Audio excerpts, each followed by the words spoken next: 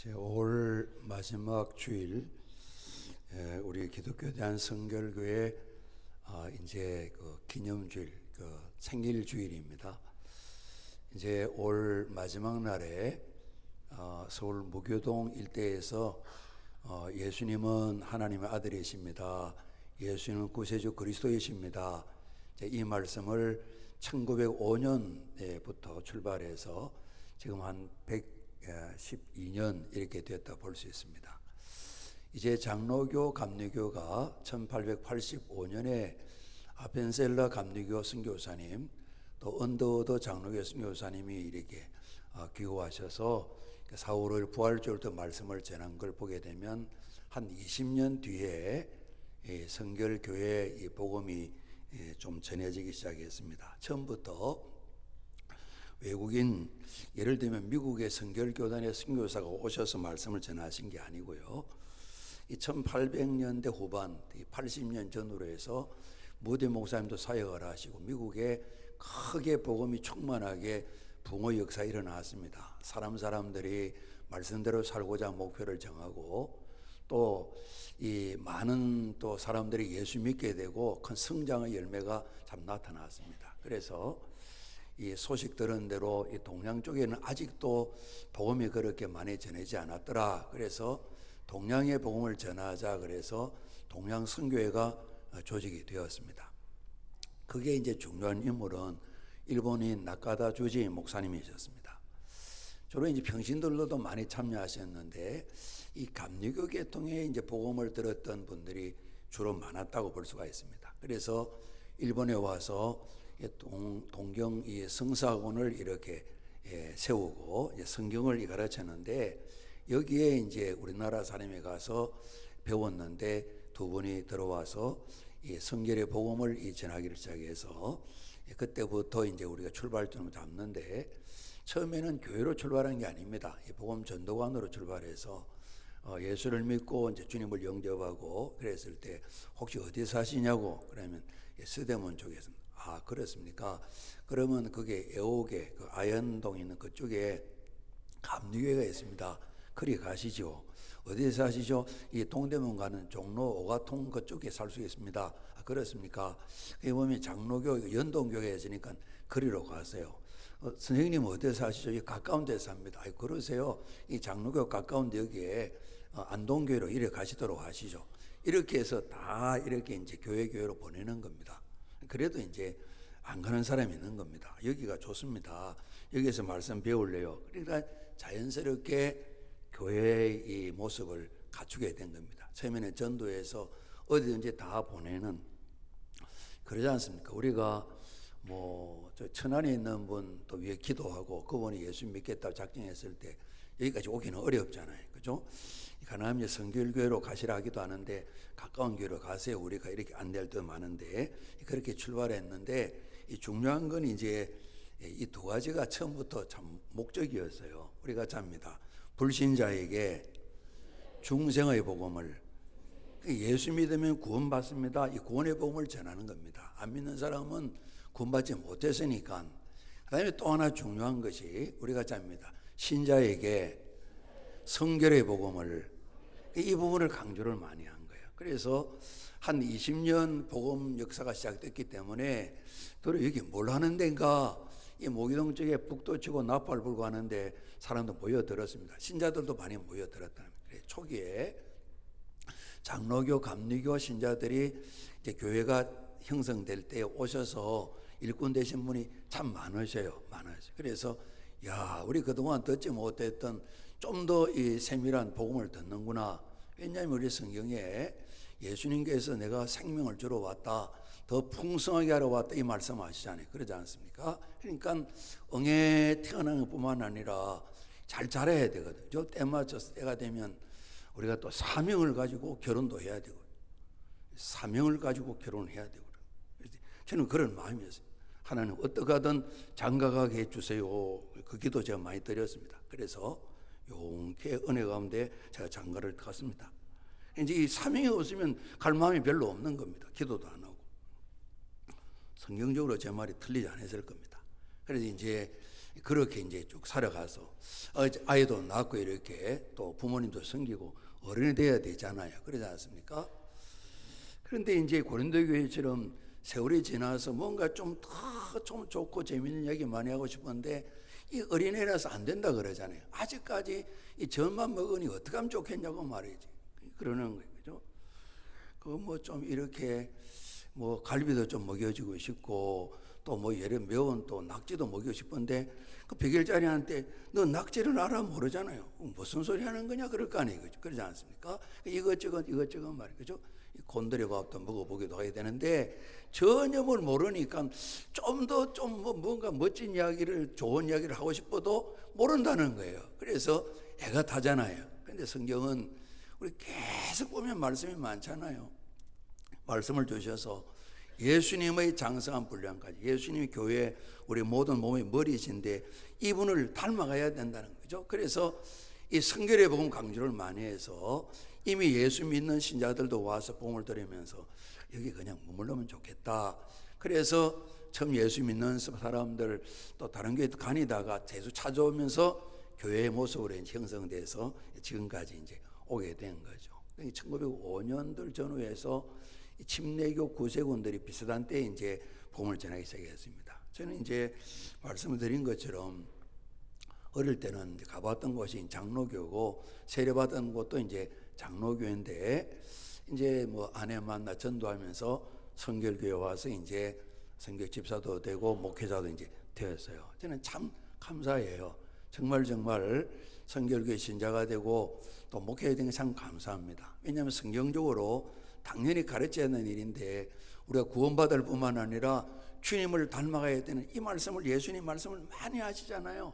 그래서 성령 받아야 돼, 성령 충만해야 돼 이 말씀하셔서 이들이 보면서와 다르게 제자들의 사도행전의 삶을 펼친 걸 보게 되고 우리 오늘의 삶에도 정말 예수를 믿고 구원을 같이 받았지만은 어린아이도 있을 수 있고 청년처럼 좀 자라는 사람도 있을 수 있고 부모님처럼 성숙한 분도 계시고 그러잖아요. 그래서 참 이 성결의 복음 참 중요한 부분이다. 그래 처음에는 예수 믿는 구원받습니다 복음을 전하고 구원받은 사람은 또 잘 양육 훈련해서 예수님이 그러셨잖아요. 내가 많은 말을 했다, 분부를 했다. 이걸 잘 가르쳐서 우리가 잡니다. 지키게 하라. 이 바꿔 말하면 성령 충만해야 된다. 그래야 진짜 제자가 돼 성결한 그리스도인이 되는 거야. 이렇게 말씀하는 거예요. 우리가 이제 구약에도 제일 중요한 것이 여호와 하나님 거룩하신 성결하신데 우리가 아십니다. 여호와께 성결. 끊임없이 이들이 구원받았을 때 이 성결을 말씀하는 거룩을 말씀하는 거죠. 거룩. 이게 특별히 만들어진 단어가 아니고 원래부터가 하나님께서 구원을 주실 뿐만 아니라 성결해야 된다. 우리가 이제 교단 명칭으로 사용하니까 성결 사용하기가 좀 불편한 면도 있겠죠. 그러지 않습니까? 좋은 건데, 근데 이 부분을 강조를 많이 하는 거죠. 들은 어떤 분이 그래요. 우리 교단 이름을 기독교에 대한 장로교 성결교 이렇게 하자 그러는 거예요. 그래서 장로교도 좀 넣자고 이렇게 이야기를 하는데 이 성결교만 하면 조금 아는 사람 부담스러워 안 온다는 거예요. 성령 충만해야 됩니다. 예수님 닮아야 됩니다. 이렇게 부담을 가지셔야 됩니다. 그리고 이 부담을 우리가 이룰 수 없어요. 우리 나름대로 수고는 하지만은 하나님이 세워 가시는 거죠. 그래서 오늘 생일날이라 우리 이제 정말 불신자에게 중생 복음 전에 사람을 살려내는 것. 예수 믿으면 대충 어린아이처럼 살면 안 되고 우리가 잡니다. 예수님 닮아야 됩니다. 그냥 닮아야 되는 겁니다. 어제도 이제 우리 도고기도 훈련하면서 잠깐 지남에 그런 얘기 했는데요. 굉장히 기분 나빠요. 그냥 어떤 기분 나쁘냐 그러면 이제 사람들이 다른 친구들이 이거 저 김용호 목사 치고 사람 괜찮네 그러는 거예요. 목사님은 다 사람 괜찮잖아요. 아멘은 안 하실지 모르겠습니다만 이 기분이 굉장히 나쁘다고요. 그죠? 이 목사가 되면 저절로 직분 받으면 딱 성결 충만 딱 이러면 좋은데 또 그건 또 아니잖아요. 그러지 않습니까? 그래서 기분 나쁘다 그러면서 자극이 되는 거예요. 자극이 되는 거예요. 주님이 소원하시는데 부담을 가지고 정말 성결한 그리스도인이 예수님 닮아가는 걸 계속 힘써야죠. 우리가 같이 합니다. 평생 달려가야 합니다. 우리에게 완성이 없어요. 그러지 않습니까? 계속해서 이게 은행 저축하는 것처럼 저축이 안 된다고요. 안 된다. 그죠? 해보니 그냥 어느 날 보면 갑자기 사라져 버리고 없어요. 날마다 주님 의지하면 참 어려운 거예요. 그래 이걸 강조하기 때문에 뭐 사람들이 좀 뭐 싫어한다나요? 근데 일리도 있는데 싫어하면 안 되는데 우리가 잡니다. 성결한 그리스도인. 저는 이제 이렇게 성결 교인이 되고 목회에 대해서 정말 감사하고요.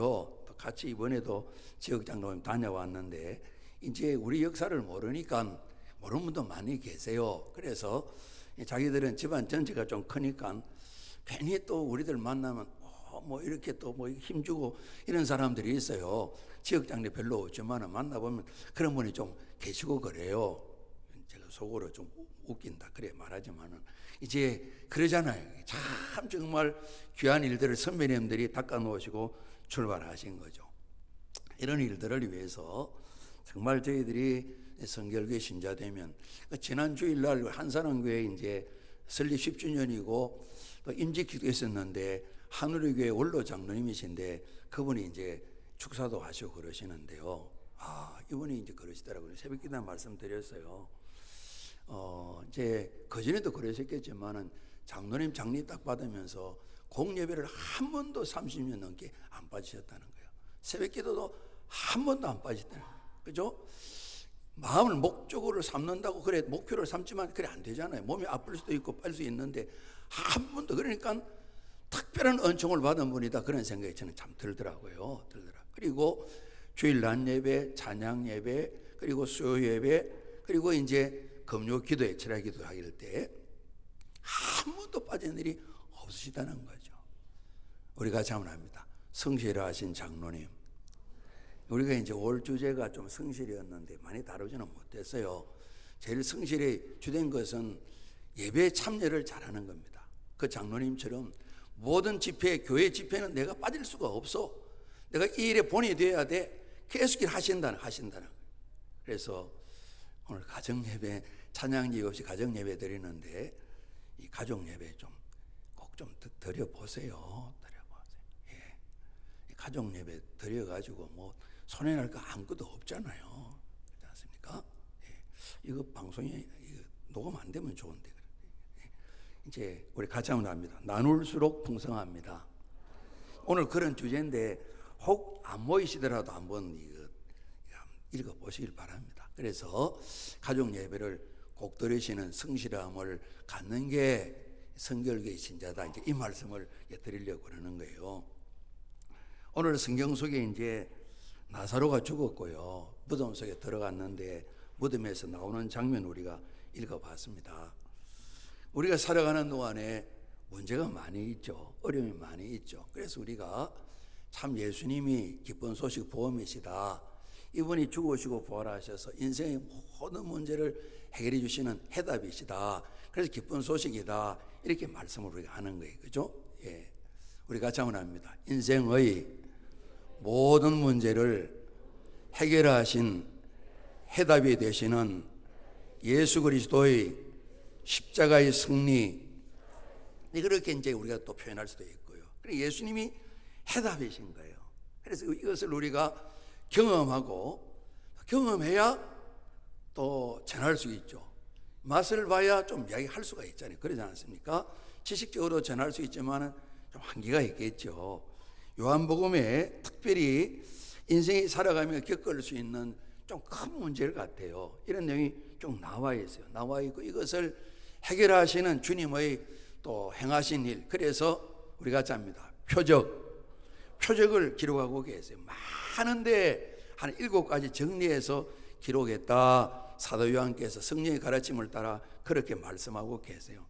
다 기록하려면 이 땅에 책이 부족하다 이런 말씀을 하셨어요.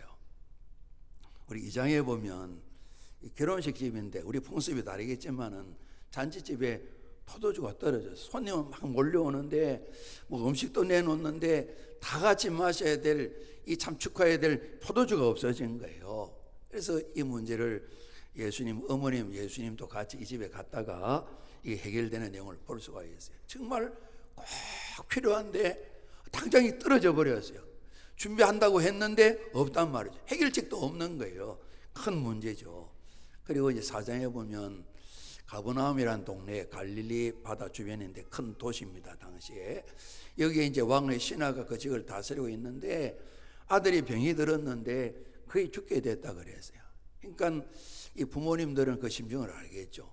아이가 아픈데 야 이러다가 죽는 것 말고는 답이 없겠다, 그런 상황인 거예요. 그래서 이 아버지가 멀리 떨어져 있는 가나 쪽에 있는, 예를 들면 논산에 지금 생활하고 있는데 저 천안 쪽에 있는 예수님을 찾아가는 거예요. 찾아가서 말씀을 드리는 거예요. 여러분, 부모님 입장에서 자식이 병이 들었어요.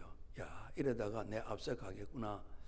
제 어머님도 아버님도 제 손이 누나가 앞서가는 걸 경험하셨는데 저는 간접적으로 느끼지만은 정말 하나님, 우리가 기도할 때 부모님보다는 더 살게 해주십시오. 늘 이 기도 필요해요. 저절로 살겠지 그게 마음대로 되는 일은 아니에요. 그래서 부모님들이 자식을 앞서 보내면 그 황폐해진 그 마음 정말 평생을 안 메꿔지는 것 같아요. 안 메꿔지는 것 같아요. 그죠? 그러니 아이가 아픕니다. 곧 죽게 생겼습니다. 얼마나 상황이 답답하게, 그러지 않습니까? 얼마나 어렵겠어요. 그런 내용도 나와 있고요.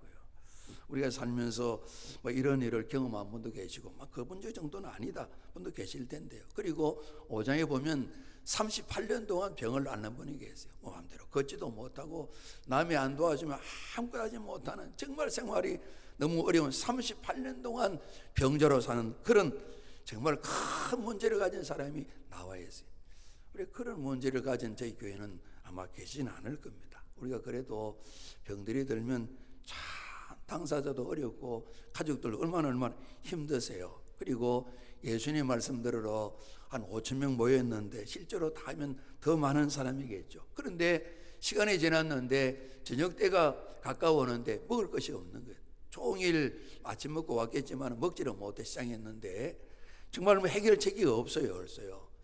정말 답답하죠. 집에 돌려보낼 수밖에 없는데 돌려보낼 수 없는 또 그런 주님 마음이 있으시고요. 그래서 한 아이가 내놓은 떡 5개 물고기 2마리로 다 먹이시잖아요. 그렇죠? 그래서 예수님이 이 국가의 지도자는 아니시지만은 정말 5천 명이 되는 많은 사람이 하루 동안입니다만은 또 그 전날도 제대로 못 먹을 수도 있겠죠. 이 기근의 문제를 예수님이 해결해 주시는 거예요. 나라마다 잘 사는 나라는 더 잘 살기 위해서 계획을 세우고 못 사는 나라는 기본적으로 못 사는 걸 해결하기 위해서 이걸 계획을 세우고요. 이제 지난 주간에 이제 그 캄보디아 시엠립 쪽에 직장 수양회를 다녀왔거든요. 대부분 목사님들이 처음 오시는 분 몇 분 계시고 대부분 몇 차례 오셨더라고요. 대개다 보면 교회마다 캄보디아 쪽에도 선교로 연결돼서 많이들 하시더라고요.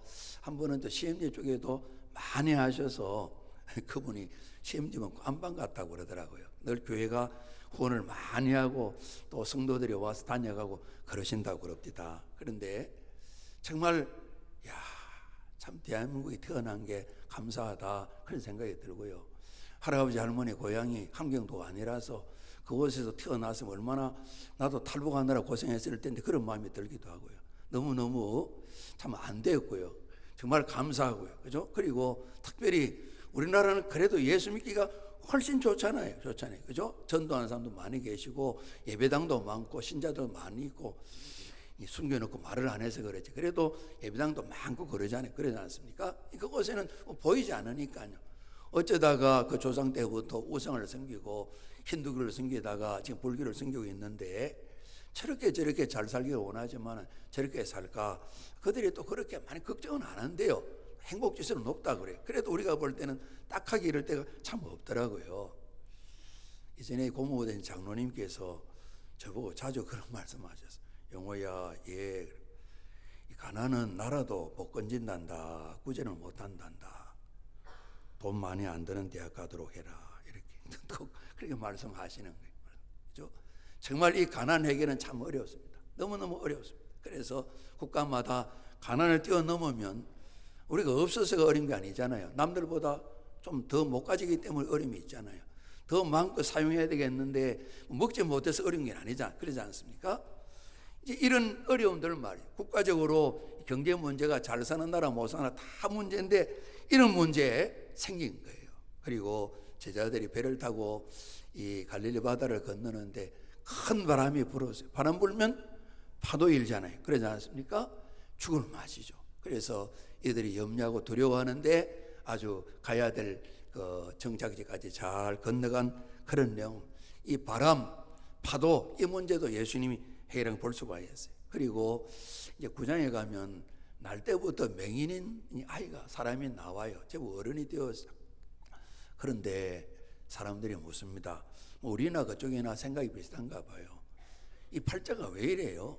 이 부모님이 죄가 많아서 그래요. 이 맹인된 사람이 팔자가 세서 이 사람이 죄가 많아서 그래요. 우리 같으면 팔자 타령하는 거죠. 그죠? 부모님 때문이에요. 이 사람 때문이에요. 부모님 때문도 아니고 이 사람 때문도 아니다. 예수님 말씀하시면서 이 사람 눈을 크게 했는데 정말 여러분 만만치 않은 문제들이잖아요. 그러지 않습니까? 근심거리고 걱정거리고요. 아이가 태어났는데 그런 일이 없겠지만은 태어났는데 장애라고 생각해 보세요. 그죠? 맹인이라고 생각해 보세요. 얼마나 힘들겠어요. 이런 일들이 있는데 예수님께서 이 모든 일을 다 해결하셨습니다. 우리가 잡니다. 표적이라 그랬는데 표적에는 결과적으로 드러내는 말씀이 있습니다. 우리가 잡니다. 예수님은 하나님의 아들이십니다. 예수님은 하나님이십니다. 같은 말이에요. 우리 같이 합니다. 예수님은 그리스도이십니다. 예수님은 구세주이십니다. 같은 말이에요. 그래서 이 예수님만이 인생의 문제를 해결하는 유일한 해답 되시는 하나님이시고 우리 인생을 죄에서 이 모든 문제에 건지시는 구세주이시다. 이걸 보여주는 겁니다. 이런 문제가 있는데 이 모든 문제를 묶어서 큰 짐이 있는데 이거보다 큰 문제가 있다면 결국은 죽음의 문제일 겁니다. 죽음의 문제. 그러지 않겠습니까? 그래서 마지막 7번째 표적이 죽은 자를 살리시는 표적으로 나와 있어요. 어떤 걱정보다도 우리가 죽음과 가까이 가게 되면 걱정이 많게 되는 겁니다. 예수님이 유다 지방으로 예루살렘 오실 때마다 한 5리쯤 떨어지는 베다니에 있는 이 삼남매의 가정을 자주 가셨습니다. 아주 예수님께 사랑하시는 그 참 주님의 사랑받는 그 가족들이었습니다. 그런데 예수님이 이 예루살렘 쪽에 오셨을 때에 이 나사로가 병들었습니다. 예수님 오시면 뭐 그랬더니 고치겠다 그랬는데 사람을 보냈는데 예수님이 안 오시는 거예요. 그러다가 나사로가 죽었어요. 그리고 그래도 예수님이 안 오셨어요. 장례를 치르고 이 돌무덤 속에다가 굴 속에다가 오늘 이 나사로를 다 장례를 치렀는데 죽은 지 나흘 만에 예수님께서 오셨어요. 그래서 이 마르다가 먼저 예수님을 맞이하는데 주님께서 여기 계셨더라면 내 오라버니가 안 죽었을 텐데요. 그렇게 얘기했습니다. 그러나 지금이라도 우리 예수님께서 하나님께 구하시면 하나님께서 주실 겁니다. 이렇게 했습니다. 예수님께서 내 오라비가 다시 살아나 이렇게 말씀했는데 마르다가 갑니다. 마지막 날 부활 때는 다시 살아나겠지요. 그건 제가 알고 있습니다. 예수님은 지금 살아나 그러는데 이 마르다가 믿음이 있어요. 그런데 지금 아니고요. 장차요 그랬습니다. 예수님께서 말씀하셨습니다. 우리 25절 26절 우리 같이 한번 봉독해 봅니다. 시작. 예수께서 이르시되 나는 부활이요 생명이 나를 믿는 자는 죽어도 살겠고 무릇 살아서 나를 믿는 자는 영원히 죽지 아니하리니 이것을 내가 믿느냐. 믿는다 그랬어요. 주님 그리스도시고 세상 하나님 아들입니다 그랬지만은 지금 이 오라비를 살리는 그 주님의 생명을 주시는 것은 마리아가 믿질 않았어요. 그래서 동생 마리아를 부릅니다. 예수님 오셨다. 이 마리아가 막 울면서 나옵니다. 사람들이 그래도 힘내야지 힘내 그러는데 이 마리아가 구걸을 하다가 나와서 예수님 만나면 똑같이 절을 하고 난 뒤에 예수님 여기 계셨더라면 내 오라비가 죽지 않았을 텐데요. 그래서 사람들이 다 같이 우는 겁니다. 오늘 이 나사로를 예수님이 살리신 내용을 우리가 읽어봤습니다. 죽으면 되게 이제 무덤을 우리가 다 같이 요새 낙골당을 무덤을 쓰든지 무덤에 안장을 하든지 하지 않습니까? 이 죽음 그 시신을 이 무덤 속에 넣었는데요. 오늘 그 어떤 문제보다도, 병의 문제보다도, 때로는 많은 질병의 문제, 장애의 문제보다도, 때로는 가진 것이 모자란 그런 문제보다도 죽음은 이러다가 마지막에 죽는 것 아닌가, 이 마음 들면 더 큰 근심이 생기고 어렵죠. 드디어 이 집에 죽음이 찾아왔는데 병들어 죽었어요. 그래서 우리 성경을 읽은 내용 보게 되면 울어요. 가족도 울고 이웃도 울어요. 그리고 보면 이 강한 건 아니지만은 주님 오십시오 그럴 때 오셨으면 우리 오빠가 안 죽었을 텐데요, 이런 원망하는 마음도 좀 표현하잖아요. 이런 모습을 보고 사람들이 수군수군대기도 하는데, 예수님도 이 죽음의 현장, 이 무덤을 향해 나가시면서 그 마음이 비통했다 그랬어요. 33절. 그리고 불쌍히 여기는 마음도 있고요. 우리 보면 딱하다, 삼남매가 잘 살더니만 재밌게 살던데 어쩌다가 오라비가 죽었을까, 이러면 잊지 않겠어요. 예수님도 눈물을 흘리셨어요. 죽음이 가져오는 문제들이에요. 현상들이에요.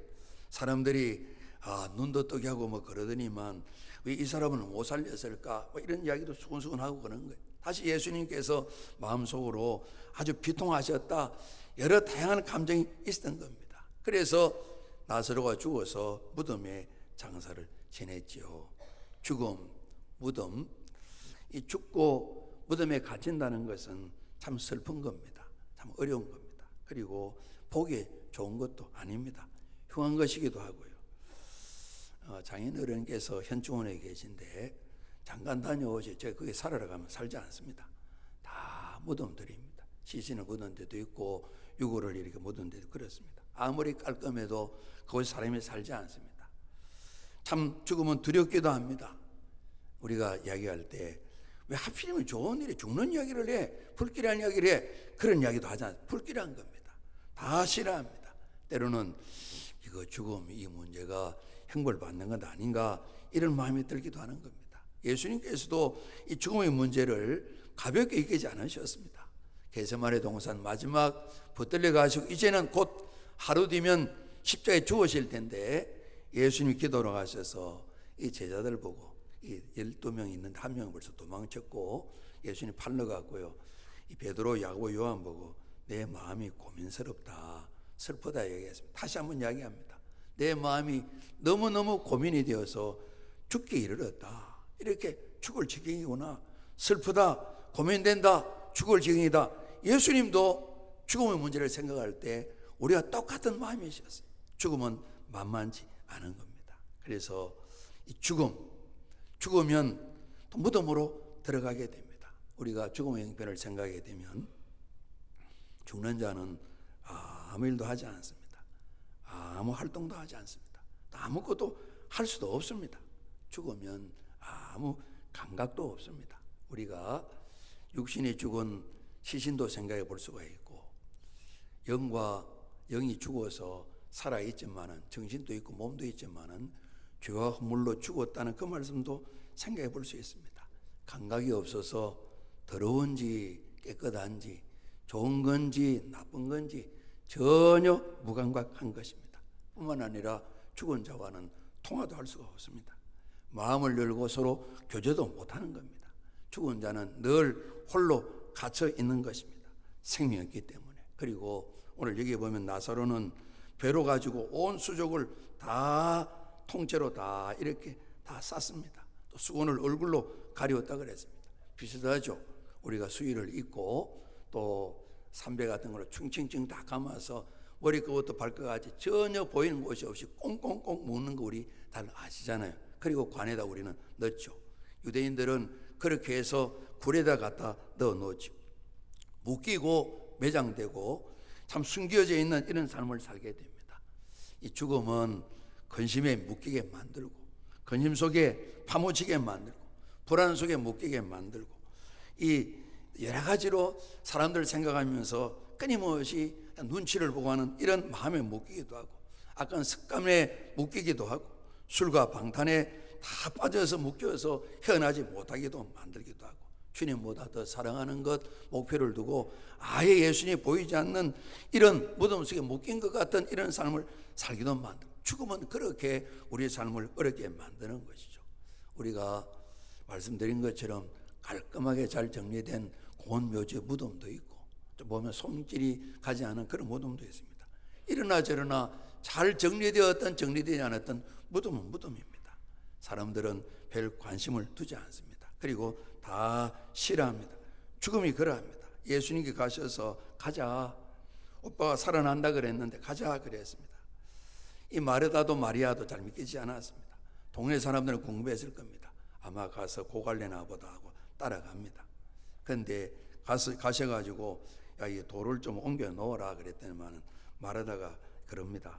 주님, 죽은 지 나흘이 되어서 벌써 냄새가 납니다. 그럽니다. 죽은 자는 모르지만은 남들에게는 이 사람이 죽었구나 냄새가 납니다. 이 사람이 믿음을 다 잃어버렸구나 냄새가 납니다. 표시가 납니다. 그러지 않습니까? 우리의 대단한 눈이 열리지 않아도 생명이 없는 사람에게는 이런 냄새가 나는 겁니다. 죄의 냄새가 나는 겁니다. 사망의 냄새가 나는 겁니다. 계속 틀어막고 있구나, 열지 못하구나, 그게 보여지는 겁니다. 끊임없이 이런 냄새가 나는 것입니다. 죽음의 냄새가 나는 겁니다. 우리가 한여름에 예전에 장례들을 모실 때 그 어려운 경험들을 하시면 계실 겁니다. 염습을 할 때나 돌아가시면 모셨는데 흥건하게 또 이렇게 시신에 물이 쏘였거나 참 냄새 나는 그런 부분 말이에요. 그죠? 시신에서 나는 냄새 말이에요. 요즘 방비를 다 한다 그러지만은 참으로 죽은 자에게는 냄새가 나는 거죠. 그리고 무덤 안에 캄캄하게 빛이 없는 곳에 있게 마련이죠. 마가복음 5장에 보시면 무덤에 사는 더러운 귀신 들린 사람이 있는데 무덤 사이가 그들이 거쳐이기도 합니다. 이 사람이. 그래서 얼마나 힘이 센지요. 고랑 쇠사슬로 묶어 놓아도 다 끊어버립니다. 다 잘라버립니다. 고래고래 소리를 지릅니다. 돌로 자기 몸을 상하게 만듭니다. 자기 몸을 상하게 만들고 그 마음이 상해져도 귀신에 사로잡혀서 있으니까 무덤에 살아가는 겁니다. 예수님 찾아가니까 왜 나를 괴롭히냐고 그럽니다. 예수님이 괴롭힌 사랑으로 보여지는 것이 무덤에 있는 사람의 특징이라고 볼 수가 있습니다. 왜 귀찮게 자꾸 예수 얘기하냐? 죽음 가운데 있으면 그렇게 느껴질 수밖에 없는 것이죠. 예수님께서 유대인들 가운데 아주 지도자 연하는 바리새인 서기관들을 말씀 필사하는 분들입니다. 이 말씀을 또 가르치는 분들이기도 합니다. 바리새인은 그 말씀대로 제대로 살고자 정성을 다 쏟는 분입니다. 그런데 예수님께서 극과 속이 다르다고 외식한다고 말씀하면서 회칠한 무덤이다 그랬습니다. 다시 말하면 살아있다 그러지만은 죽은 인생이나 마찬가지다. 예수님, 하나님이신 예수님 그렇게 선포를 하셨습니다. 그래서 그분들 때문에 바리새인 서기관들 때문에 많은 사람이 예수 믿고 살아나야 되는데 이런 죽음 가운데 있는 사람이 있게 되면 천국 문 앞에 딱 서가지고 자기도 안 들어가요. 남도 못 들어가게 만나요. 주님께서 말씀하십니다. 그래서 많은 사람을 지옥 자식 되게 만들고 날 따라오면 길이 있어요 그러는데 자기도 길도 몰라요. 눈이 멀어 있어요. 많은 참 앞보지 못하는 많은 인생들을 죽음의 길로 끌고 가는 겁니다. 정의로움도 없고 긍휼도 없고 믿음은 다 버리는 삶이라고 예수님께서 회칠한 무덤 같다 말씀하시면서 말씀하셨어요. 그 속에는 겉으로는 말씀을 따르는 것 같지만은 아주 욕심이 많고 방탕한 삶이 많다. 그들이 끊임없이 세상 가치에 마음을 다 뺏기고 살아간다. 이런 말씀을 예수님이 하셨던 것을 우리가 말씀 가운데 보게 됩니다. 왜냐하면 죽었기 때문에, 죄와 허물로 죽기 때문에. 이처럼 죽음은 우리 삶에 있어서 여러 가지로 무덤 속에 있는 시신을 생각하는 것처럼 죽게 되면 우리가 인생으로 영적인 삶에도 죽음이 있게 되면 우리가 구원을 받았지만은 이 생명을 제대로 유지하지 못하게 되면 이런 현상들이 많이 나타나게 되는 거죠. 주님 말씀하십니다. 나는 부활이요 생명이다. 마르다는 장차 마지막 날에 그랬는데 우리가 잡니다. 예수님은 지금 부활이십니다. 지금 영생이십니다. 바로 지금 장차가 아니라 지금이신 것입니다. 그래서 가셔서 무덤 앞에 가셔서 돌 옮겨 놓아라. 냄새 납니다. 예수님께서 믿으면 하나님의 영광을 본다. 믿으면 돌을 옮겨 놓아라. 이 말씀이겠죠. 이 말씀하니까 돌을 옮겨 놓았어요. 눈을 하나님께 기도를 하시고 이제 이 굴 안에 무덤 안을 바라보면서 큰 소리로 나사로야 나오라 부르셔서 죽은 나사로가 참 수족을 배로 동인 채로 나온 모습이 오늘 우리 읽은 말씀 가운데 있습니다. 예수님 가셔서 나사로를 살려내셨습니다.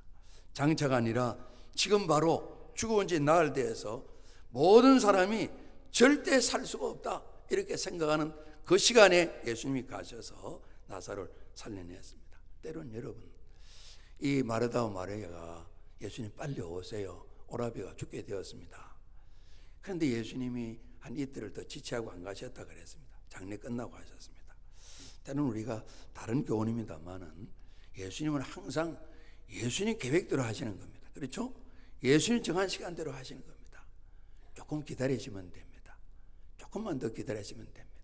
확실하게 우리의 모든 필요에 해답을 주시는 우리 주님 예수 그리스도이신 것이죠.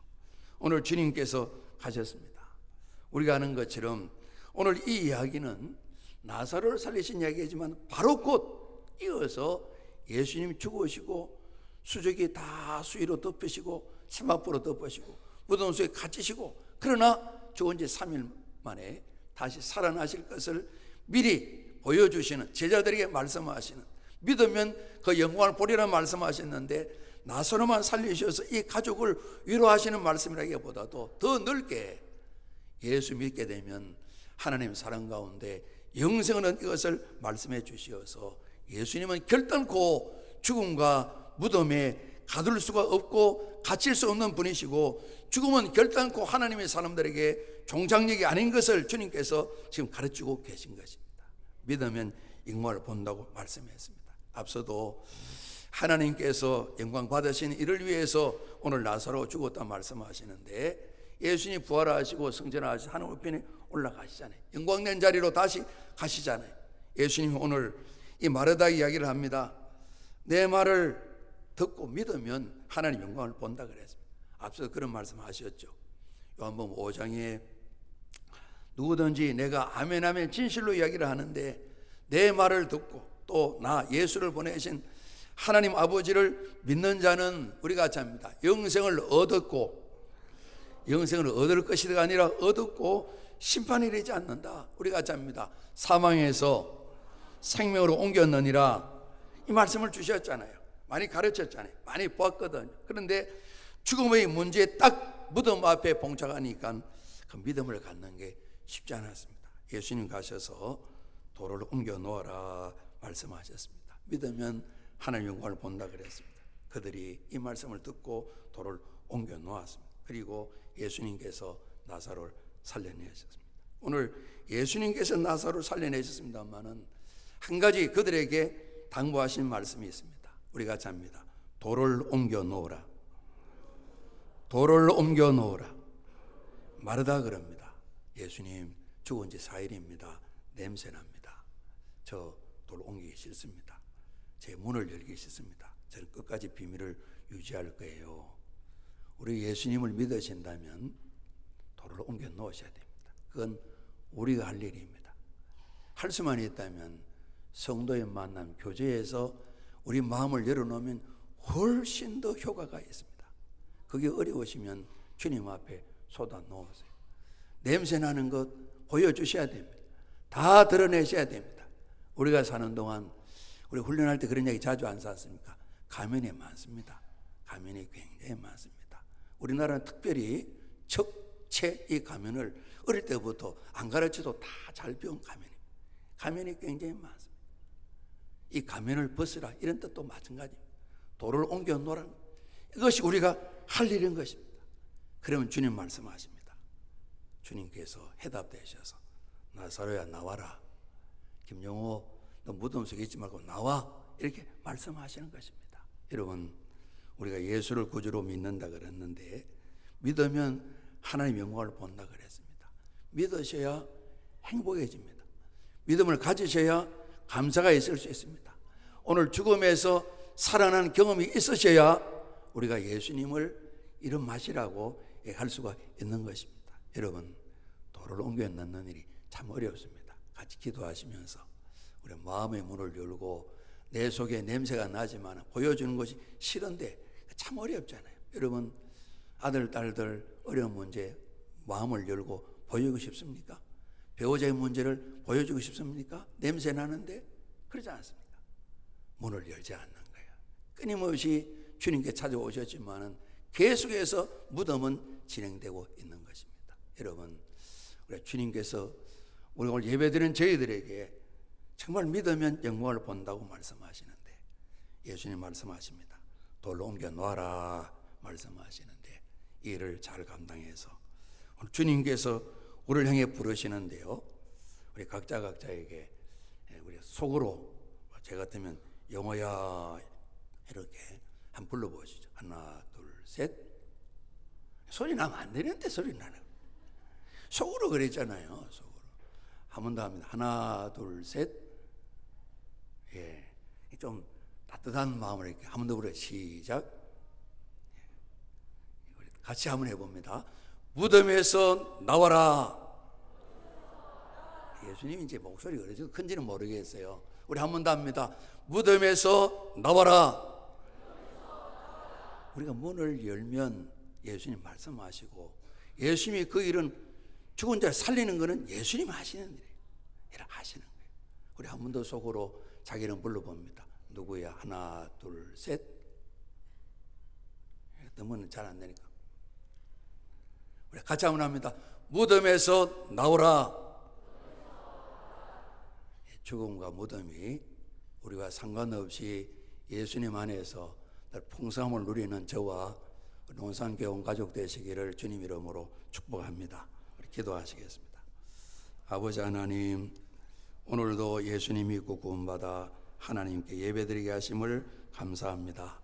하나님, 우리가 생활하면서 사탄 마귀는 끊임없이 여러 모습으로 가전 방법으로 가전 수단으로 우리의 생명을 흐트려 놓고 생명을 뺏어가기 위해서 가전 못된 짓 다 하지만 깨어있도록 도와주시고 서로 돌보며 살피면서 항상 생명을 유지할 수 있도록 도와주시되 풍성한 삶 누리는 저희를 되게 도와주시고 우리가 참으로 주님께서 말씀하실 때 우리 자신 행할 도를 옮겨 넣는 순종으로 말미암아 사망의 생명을 일으킨 주님의 생명의 역사가 늘 저희들의 경험되어지고 힘다하여 세상을 향하여 죽음 가운데 있는 가족 이웃을 향하여서 복음이신 그리스도 예수를 증거하는 저희가 되도록 도와주시옵소서.